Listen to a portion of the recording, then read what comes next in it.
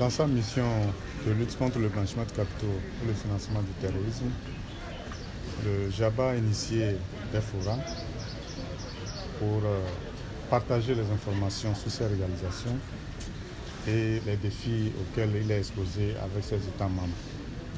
Donc le présent forum poursuit quelques objectifs, à savoir fournir un cadre général de lutte contre le blanchiment de capitaux et le financement du terrorisme dans notre région,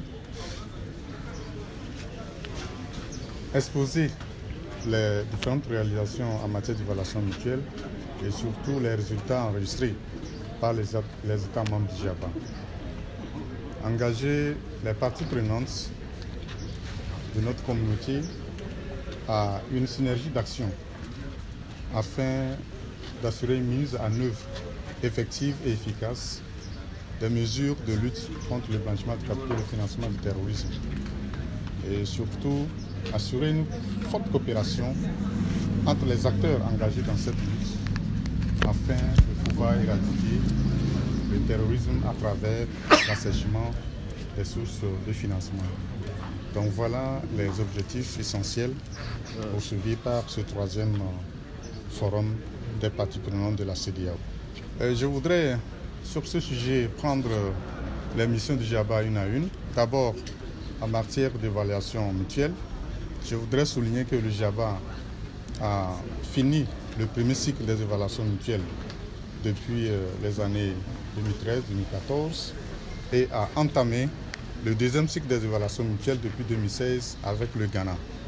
Et à ce jour, le JABA a pu adopter 9 rapports d'évaluation mutuelle et d'autres évaluations mutuelles sont en cours.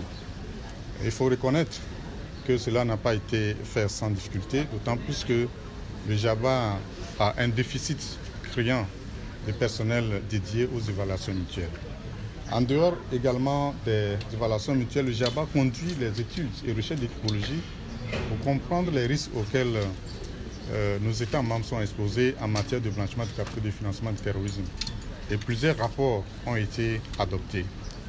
Au titre de l'assistance technique, le JABA continue par dérouler les ateliers de renforcement des capacités pour permettre aux acteurs nationaux d'être outillés afin de pouvoir dérouler leurs missions de façon efficace et efficiente et surtout les incentifs pour qu'elles puissent être opérationnelles et mener des enquêtes financières fructueuses.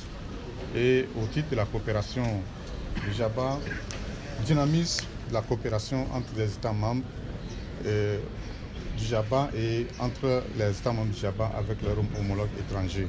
Et à ce jour, plusieurs de ces États membres, sinon la plupart, ont pu adhérer au groupe Egmont des cellules de renseignement financier qui permet à ces États membres de partager des informations stratégiques financières, les renseignements financiers avec leurs homologues étrangers, ce qui facilite d'ailleurs leur mission. En fait, le FNAC fait son travail et toutes les conclusions qui ont été tirées de ces rapports, bien entendu, vont intéresser les parties qui sont dans la lutte contre la corruption.